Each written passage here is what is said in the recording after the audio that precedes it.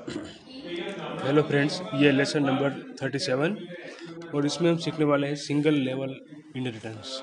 Okay, तो दोस्तों inheritance क्या होता है सी शार्प के अंदर? तो inheritance is one of the fundamental attribute of object oriented programming language. तो इनहेरिटेंस का यूज़ करके हम एक क्लास की प्रॉपर्टी दूसरे क्लास में यूज़ कर सकते हैं। ओके, प्रॉपर्टी और उसका बिहेवियर, यानी कि एक क्लास में जो वेरिएबल है और फंक्शन है वो दूसरे क्लास में एक्सेस कर सकते हैं। ओके, इनहेरिट कर सकते हैं, बाय पास आउट कर सकते हैं। ओके, तो inheritance allow you to define a child class that reuse inherited extends और modify the behaviour of a parent class. Okay, तो जो भी क्लास हम बनाते हैं, ओके, उसके अंदर दूसरे क्लास को इनहेरिट करते हैं। ओके, तो वो एक्सटेंड कहलाता है। ओके, वो चाइल्ड क्लास के अंदर हम पेरेंट्स क्लास की इंफॉर्मेशन भी आती है और उसके अंदर दूसरी फंक्शनलिटी भी हम ऐड कर सकते हैं।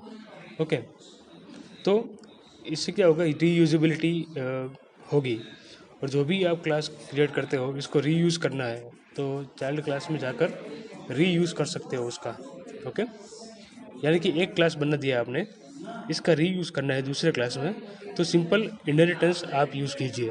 ओके, और चाइल्ड क्लास के अंदर आप नए फंक्शन या नए वेरिएबल भी बना सकते हो। ओके, तो इससे क्या होगा कि ऑलरेडी जो बना हुआ क्लास है उसका भी आप यूज़ कर पाओगे और नई फंक्शनलिटी भी ऐड कर पाओगे उसके अंदर। Okay, the class whose members are inherited is called base class. Okay, तो बेस क्लास किसे बोलते हैं? जो पेरेंट क्लास बनता है। ओके, जिसको हम इनहेरिट कर रहे हैं उसको बोलते हैं base class. The class that inherit the member of the base class is called derive class. Okay, तो जो क्लास के अंदर वो हम रीयूज़ करने वाले हैं पहले क्लास का, तो उसे बोलते हैं derive class, child class. Okay, तो पेरेंट चाइल्ड क्लास भी बोलते हैं और base class and derive class भी उसे बोला जाता है। ओके, तो इनहेरिटेंस का मेन पर्पस क्या है? कोड को रीयूज़ करना। ओके, एक बार आपने क्लास बना दिया तो उसका यूज़ आपको करना है दूसरे क्लास के अंदर, तो उसे बोलते हैं इनहेरिटेंस। तो दोस्तों इस लेसन के अंदर हम सिंगल लेवल इनहेरिटेंस परफॉर्म करके दिखाएंगे आपको। तो इसके लिए क्या करना है, आपको एक क्लास बनाना है, क्लास ए। ओके, और मैंने दूसरा क्लास बनाया है इधर, क्लास बी। ओके, अब देखो मैं यहाँ पर एक नंबर लेता हूँ, integer number equal to 10। Okay, और मैं इसको पब्लिक रखता हूँ। पब्लिक इसलिए ताकि वो दूसरे क्लास के अंदर एक्सेस हो पाए। पब्लिक वॉइड और डिस्प्ले मेथड मैं रखता हूँ इसके अंदर, and console dot write line and मैं यहाँ पर लिखता हूँ hello from A class.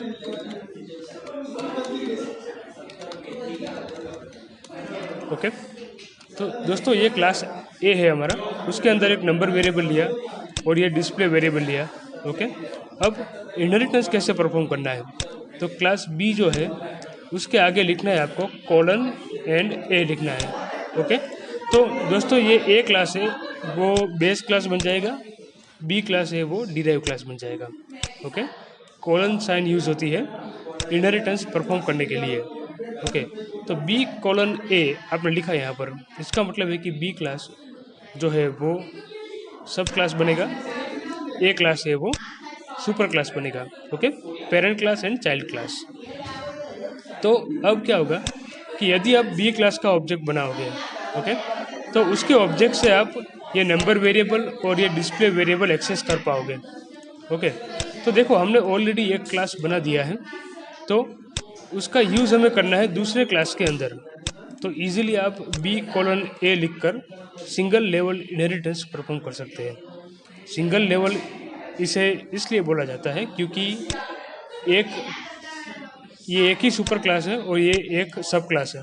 Okay, तो दो ही क्लास है, एक सुपर एक सब क्लास, तो इसे बोलते हैं सिंगल लेवल इनहेरिटेंस। ओके, अब देखिए वर्ड मेन में जाकर बी क्लास का ऑब्जेक्ट बनाना है आपको, new B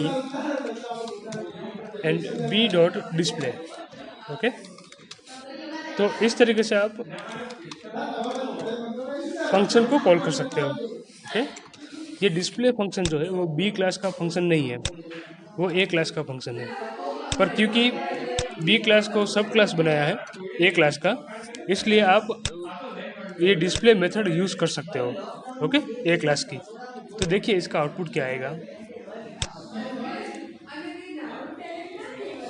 console dot read की आएगा इधर, रीड की। ओके, ये देखिए hello from A class. Okay, चलो अब मैं यहाँ पर दूसरा फंक्शन क्रिएट करता हूँ, public void and dis_number। Okay, तो नंबर को ये डिस्प्ले करता है। Console dot write line and मैं यहाँ पर लिखता हूँ नंबर। ओके, तो इससे क्या होगा कि नंबर वेरिएबल जो है वो डिस्प्ले होगा। तो यहाँ बी क्लास का ऑब्जेक्ट का यूज़ करके डिस्प्ले नंबर फंक्शन कॉल कर सकते हो, देखो। ओके, तो ये दोनों फंक्शन किस क्लास के हैं, ए क्लास के हैं, पर हमने यूज़ किया बी क्लास के ऑब्जेक्ट से। ओके, क्योंकि यहाँ पर इनहेरिटेंस परफॉर्म किया इसलिए। ओके, अब देखिए इसका आउटपुट, दोनों फंक्शन कॉल होंगे और hello from A class and 10 display होगा। ओके, अब चलो ये नंबर वेरिएबल जो है उसे भी आप बी क्लास के ऑब्जेक्ट से एक्सेस कर सकते हो। देखिए यहाँ पर मैं लिखता हूँ console dot write line, okay, and number B dot number. Okay, तो बी डॉट नंबर से भी आप उसे डिस्प्ले करवा सकते हो। ओके, अब ये सारी की सारी मेथड कौन से क्लास की है, ए क्लास की है। ओके, अब मैं यहाँ पर बी क्लास की एक मेथड बनाता हूँ, public void B underscore method.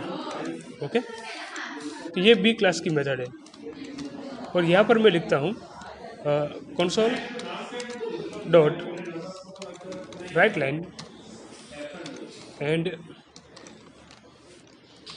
B class method.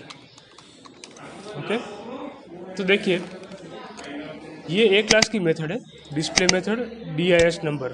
तो ये दोनों की दोनों मेथड कहाँ पर आएगी, ये बी क्लास में आएगी क्योंकि इनहेरिटेंस परफॉर्म किया। और बी क्लास की ये एक मेथड है बी अंडरस्कोर मेथड। तो बी क्लास के अंदर टोटल 3 मेथड आएगी अब। ओके, कौन सी 3 method, display method, dis number and B underscore method. Okay, तो बी क्लास के ऑब्जेक्ट से आप तीनों के तीनों मेथड को कॉल कर सकते हो। ओके, तो ये होता है दोस्तों इनहेरिटेंस। देखिए मैं यहाँ पर लिखता हूँ B dot B underscore method. Okay, तो बी क्लास मेथड, ये आउटपुट आया देखो लास्ट में, बी क्लास मेथड। ओके, तो इस तरीके से आप display method, dis number method को और नंबर वेरिएबल को क्लास बी के ऑब्जेक्ट से एक्सेस कर सकते हो। एक ही सुपर क्लास है, ये एक ही सब क्लास है, इसलिए इसे बोलते हैं सिंगल लेवल इनहेरिटेंस। ओके, क्योंकि यहाँ पर पब्लिक लिखा है, पब्लिक पब्लिक पब्लिक, तो इसीलिए ये एक्सेस हो पाते हैं बी क्लास के अंदर। यदि आपने यहाँ पर प्राइवेट लिया, प्राइवेट प्राइवेट, तो बी क्लास के अंदर एक्सेस नहीं हो पाएगा। तो ये होता है पब्लिक एक्सेस स्पेसिफायर। ओके, और ये सिंगल लेवल इनहेरिटेंस है। अगले लेसन में हम देखेंगे multi level inheritance. Okay, inheritance की पूरी चेन देखेंगे। तो इस लेसन में इतना ही। Thank you.